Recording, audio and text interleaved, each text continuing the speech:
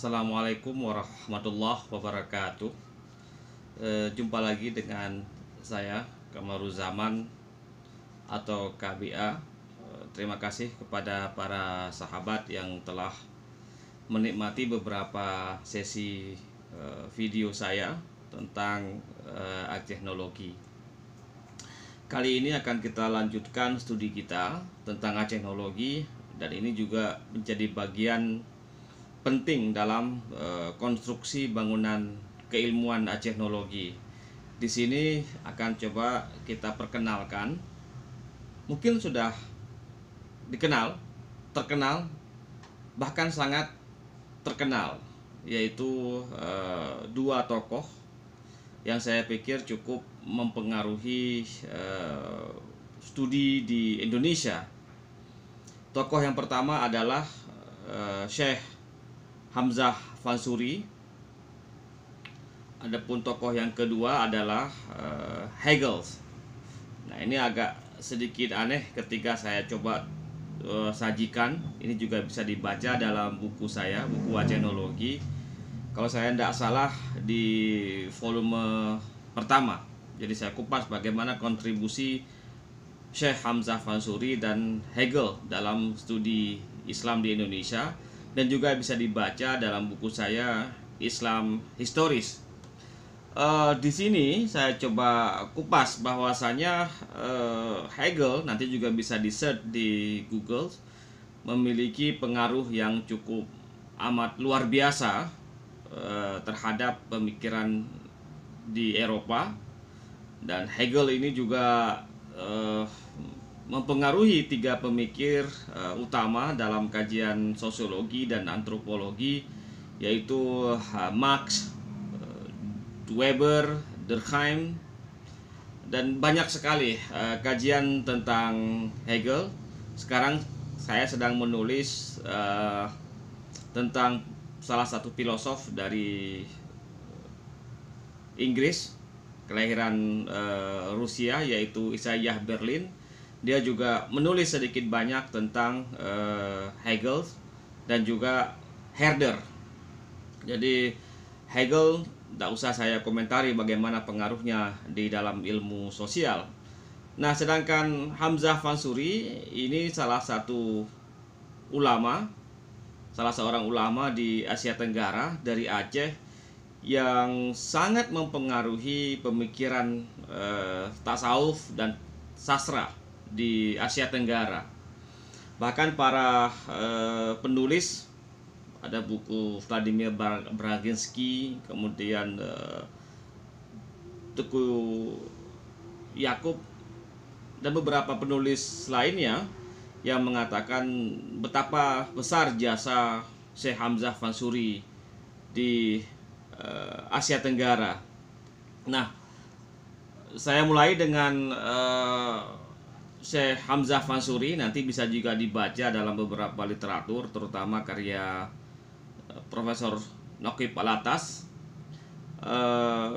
Teks Hamzah Fansuri itu sudah beredar di seluruh semenanjung tanah Melayu, bahkan di Jawa, di Banten, kemudian di Jawa Tengah, hampir semuanya akrab dengan kajian Hamzah Fansuri. Ada yang menyebutkan bahwasanya Hamzah Fansuri adalah a veritable Ibnu Arabi of Malay. Jadi Ibnu Arabinya Melayu. Dan nanti bisa dibaca karya beliau. Dan ini juga berdampak pada situasi kerajaan Aceh, terutama pada era Sultan Alauddin Riyashah, di mana ada pendapat yang mengatakan kenapa waktu itu Aceh bisa gemilang, karena ada sebuah harmonisasi atau demokratisasi antara doktrin sufi dan kehidupan masyarakat. Meskipun kemudian nanti ini menjadi perdebatan di kalangan para peneliti tentang pengaruh dari Hamzah Fansuri yang kemudian direspon secara kreatif dan sangat reaktif oleh Syekh Nurdin Araniri. Namun demikian, pengaruh dari Hamzah Fansuri ini sangat luar biasa di semenanjung tanah Melayu. Kemudian di Aceh waktu itu memang menjadi negeri yang dikenal sebagai negeri para sufi, di mana beberapa tempat di kota Banda Aceh waktu itu selalu menggunakan istilah sufi. Misalnya istilah sultan, istana sultan itu dikenal dengan istilah Darud Dunia. Tahta sultan itu dikenal dengan istilah Darul Kamal. Mungkin sekarang ada kecamatan atau kawasan Darul Kamal. Kemudian salah satu tempat di Aceh Besar diberi nama dengan Darus Safa. Pelabuhan itu disebut dengan Kota Khalwat. Nama pulau dikenal dengan Pulau Rahmah. Tempat yang indah waktu itu disebut dengan Medan Khayali. Teluk disebut dengan Teluk Iskidar. Jadi istilah-istilah sufi yang digunakan. Kemudian kuala yang menjadi pertemuan pantai dan sungai dikenal dengan Kuala Merdu Iski.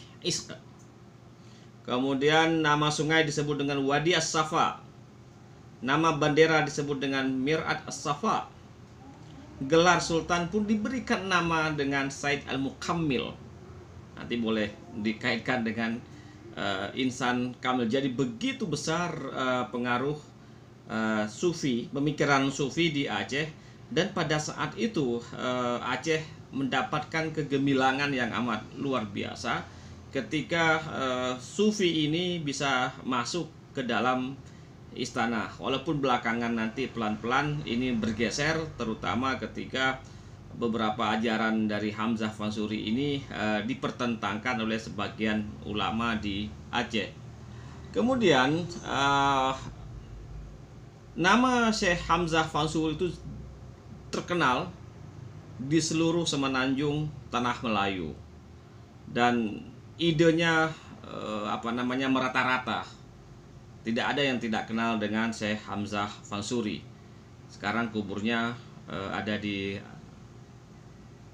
Subulus Salam, di desa, salah satu desa di sana, dan saya sudah pernah berziarah ke sana. Jadi di sini ada kutipan dari salah seorang penulis bahwasanya pengaruh Hamzah Fansuri itu sampai ke Bima. Dapat dirasakan pada abad 16, 17, 15 tersebut. Misalnya ada seorang ulama atau seorang tokoh yang bisa mempengaruhi atau memiliki pengaruh pemikiran menjangkau dari kampung halamannya sendiri. Nah, kemudian kita lihat ke Hegel. Hegel itu lahir 1770, jadi dibandingkan dengan Hamzah, lebih tua Hamzah, Syekh Hamzah dengan Hegel. Dan Hegel merupakan salah seorang penerus dari filsafat Jerman. Tidak perlu saya sampaikan secara detail bagaimana pengaruh dia dan bagaimana dampak dari pemikiran Hegel. Dan dia pemikirannya mendominasi Jerman. Beberapa waktu yang lalu pernah saya kupas tentang German Genius dan bagaimana kemudian filsafat di Jerman menggema pada era Hegel. Dan ini saya rasa saya tidak mau mengatakan duluan lebih hebat Hamzah Fansuri ketika menemukan konsep-konsep keilmuan dibandingkan dengan Hegel. Yang ingin saya katakan adalah jika Barat, terutama Jerman, memiliki sosok Hegel, maka di Aceh pada abad 16 itu orang Aceh memiliki Syekh Hamzah Fansuri. Walaupun belakangan usaha untuk mengkaji dan membedah serta mensistematisasi pemikiran Syekh Hamzah Fansuri dilakukan oleh bukan orang Aceh. Ini terutama setelah puisinya dikaji, kemudian beberapa tulisan, ada Pak Abdul Hadi juga kalau tidak salah saya mengkaji tentang puisi-puisi Syekh Hamzah Fansuri. Tapi ini membuktikan bahwasanya ada satu kekuatan ilmu yang ada di Aceh pada saat itu yang saya rasa juga sedang hendak mekar di Eropa. Kemudian pengaruh Hegel itu juga pada Marx, pada Engels, sahabatnya. kemudian pada filsafatnya Comte yang dikenal dengan istilah positivisme, dan luar biasa pengaruh Hegel. Dalam satu tulisan saya katakan di Indonesia pengaruh Hegel itu juga sangat terasa dalam studi ilmu sosial dan studi Islam. Nah, Marx, Weber, dan Durkheim itu juga seperti tadi saya katakan menerima pengaruh dari Hegel. Nah, pola Hamzah kalau saya boleh sampaikan di sini, dia lebih cenderung Ibnu Arabian, kemudian memperkenalkan tasawuf falsafi. Jadi ini tasawuf yang sangat filosofis sekali. Kemudian ide-idenya dibingkai, simbol-simbol pemikirannya dalam sastra.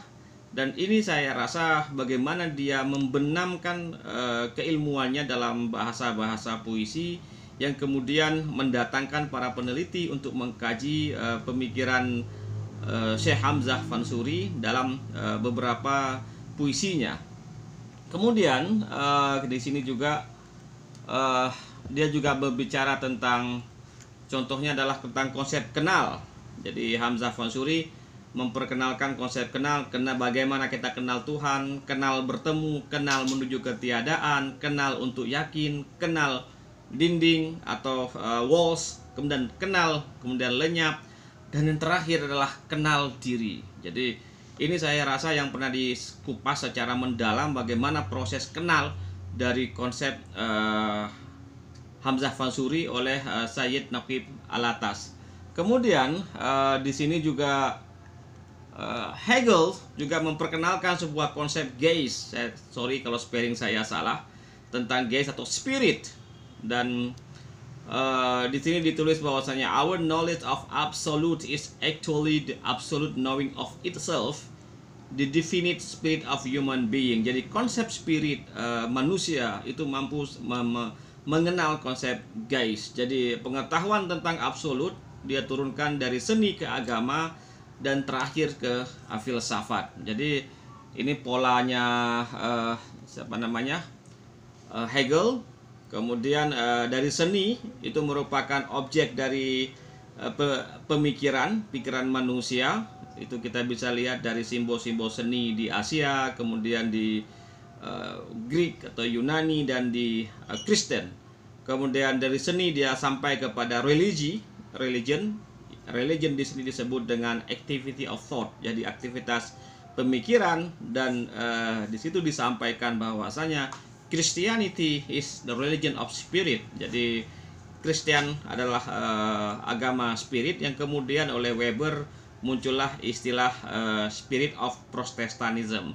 Kemudian dari seni, religi, baru turun ke filsafat. Jadi bagaimana kesadaran manusia tentang God and natures, yaitu Tuhan dan lingkungan, kemudian membentuk suatu kesadaran dalam diri manusia, terutama pada pola pikir manusia. Jadi inilah konsep-konsep yang kemudian dituangkan, memberikan pengaruh yang amat luar biasa pada Marx. Nanti kan kita kupas pengaruh pada Durkheim dan Weber.